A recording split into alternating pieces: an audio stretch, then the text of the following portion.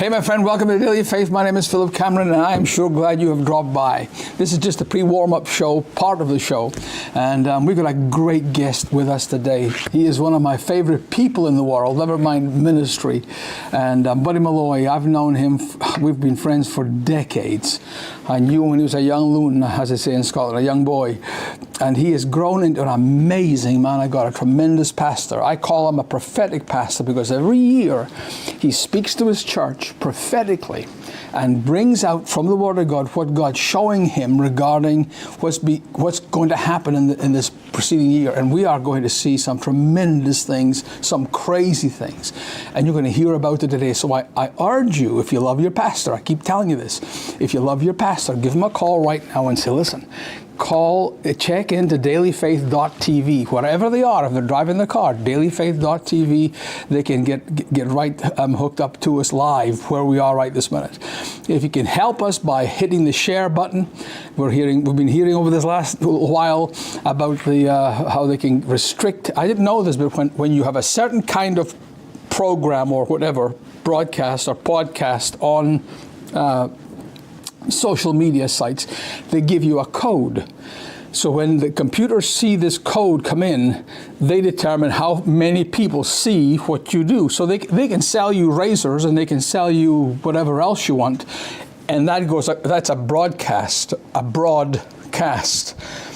When it hits their codes that they don't like, they can narrowcast it and limit it.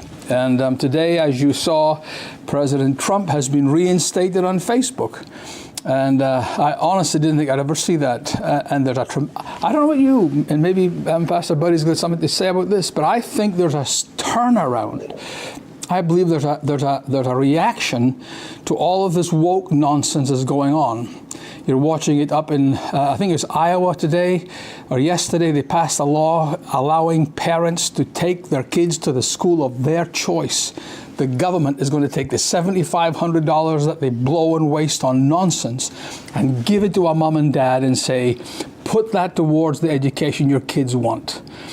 That means Christian schools can get money. I put all my kids through Christian school, private school. So what happened was I was paying taxes for my kids to go to public school, which they were not going to. And then I was paying for the private and Christian school on the side. So I was playing double jeopardy, and we had no money. I remember it summer times when our registration came up, that I would have to borrow from different folk in the ministry, their credit cards, to pay the registration because we didn't have the money. And it was a tremendous sacrifice. Every day we lived our lives regarding how much we had to pay for the school. And there's a turnaround. I'm hoping that this starts a domino effect across America, that we can have school choice, that a parent is the only person or is the best person to decide where their kids go to school. This means the poorest mom, a single mom, can say to her daughter or son, I want to put you in Christian school. I want to put you in private school. And by doing so, you are opening a tremendous door of opportunity. What that will also do, it will turn the competition way up. It'll turn that knob way up, that the public schools will have to compete. Instead of being these fortresses that say, this is the way it is, if you don't like it, tough. Not anymore. And I just pray that this is just the beginning, just the cloud the size of a man's hand, changing how everything happens. So anyway, by you sharing, getting back to what I was telling you at the beginning, by you sharing the program, we're going around that wall of turning down the volume, and you can help us a great deal by doing so, please. Every weekday at this time at 10 o'clock, we're on for 30 minutes. Called Daily Faith TV. Please watch us Monday nights.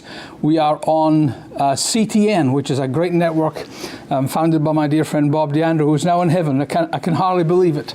And if you want to watch us there, it's DirecTV channel 376, Dish TV channel 262, and Glory Star channel 117.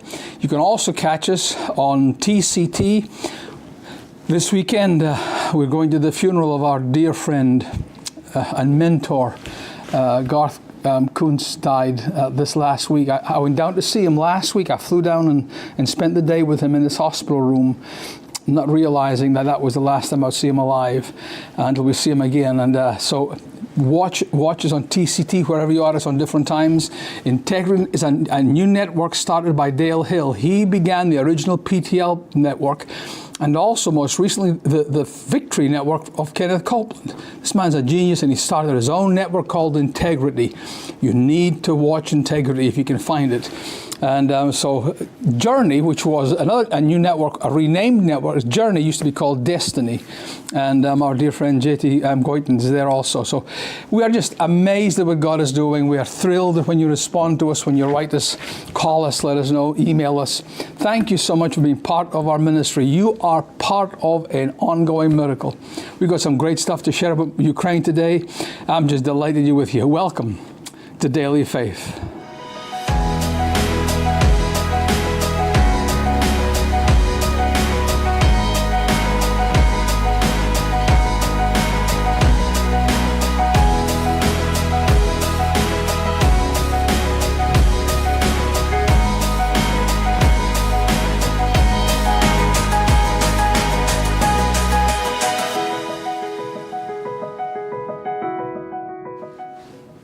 Hello, my friends. Welcome to Daily Faith. My name is Philip Cameron, and I am glad you are here. Daily Faith is a program that's on every single day to affirm your faith in God. Let me tell you something. Some of the stuff you think, when you watch all the news and all the stuff that's going on in the world, and your mind thinks a certain way, that's the God part of you that's refusing to agree and be a part of what the world is saying.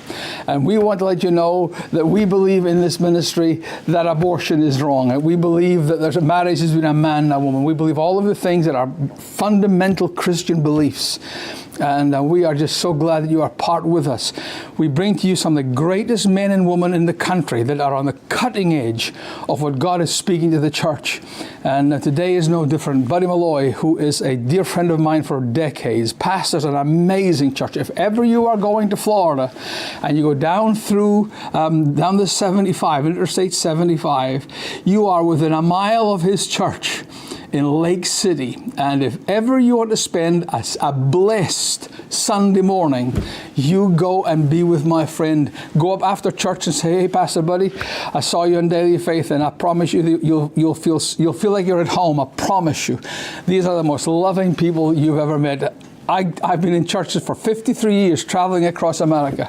Ain't no better folks than those at Lake City, at New Life in Lake City, Florida. So drop in by anytime you want. And we're so excited. I've got two passions, main passions in my life as far as ministry is concerned. My family's number one, the Lord, of course. But apart from Daily Faith, we have a missionary work in Moldova and Ukraine. We started 33 years ago when I adopted a wee boy, an orphan in an orphanage in Romania. And it has developed from that point into the craziest thing. When God uses you, you never know where you're going. You just take one step at a time, and a door opens and you go through the door and you think, "Oh my goodness, why am I here?" And then another door opens and you keep on pursuing the will of God. We now have in Moldova a village of homes called Vatra Village. Young folk come from orphanages or desperately poor circumstances, and they come to Vatra Village. It's a beautiful place, a village of 6 homes right beside the largest lake in Moldova. It is stunning. The homes are as nice as any home in America. We decided when we built these homes to make them as nice. The Lord spoke to me. He says, "You treat an orphan as if you should be treating me." And we've shipped all the furniture from America. Every house is stunning. The kids come from the worst conditions to these homes.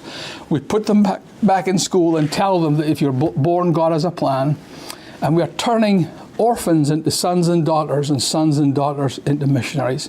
And when this horrendous thing happened in Ukraine, the kids that we had taken in, and the first thing we do is to make them give stuff away. We go out into the poor villages and been cooking meals for years and years. That's the DNA of the ministry. And when the war broke out, our kids kept doing what they've always done. But instead of going to a village in Moldova, which we still do, of course, is we've been helping these refugees that are under horrendous pressure. Our kids went to Kherson, which is a newly liberated village, or city rather, in Ukraine. And they've just sent me this video. The kids that we rescued made this video. You watch this and you'll be blessed by what their report will bring you.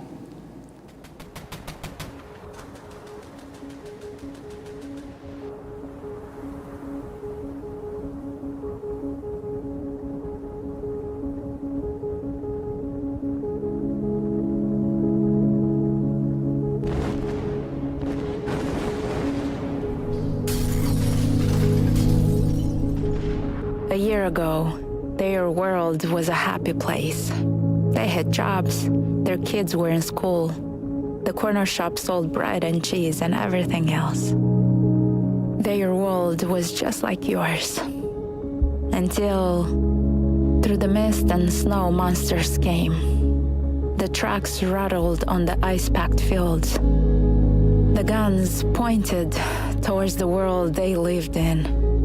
It took less than a second to obliterate everything they had spent their lives building. There are no accurate numbers as how many have died. The end is nowhere in sight. We have been in Ukraine for years. From the first explosion, we were involved. We took this assault personally. The orphans' hands could not stand on the sidelines and do nothing. Our amazing group of young men and women did the unimaginable. Once again, they drove into a war zone. Once orphans themselves, they have felt personally the hand of grace and redemption. To go to this devastated world seems to them as normal as having a meal or going to church. They drove for hours, unable to stop and stretch their legs, as inches on each side of the vehicles were live mines. Every few miles, they were stopped at checkpoints by nervous soldiers. They were running along the line between the Russians and Ukrainians. Our team finally reached Kherson, a recently liberated city still held in the grip of desperation. They had brought food, wood-burning stoves that will save lives in the bitter, deadly cold that is to come. They brought blankets that, to many, is the only barrier between survival and death. On a dreary day, within the sound of guns and bombs, the most astonishing thing took place. The rescued became the rescuers. Hundreds waited in the rain, shuffling along in a line that ended up in love. A smile, bread, fish, and words of care from the heart of the redeemed. As they traveled, they came across bombed-out villages, scarred by the strafe of bullets, destroyed by the land ships of death. Their water, electricity, and everything else was gone. But the wood and stove had become the guardian against the deadly cold. We know it is impossible for most to even imagine this world. But by giving and praying together for this unfolding tragedy, we can join our hearts and hands to bring the hope that was sent to earth by a living God. If it were us, we would wait in line, hoping that someone somewhere was thinking of us. We must go back. Will you send us? Every gift you give allows us to be His hands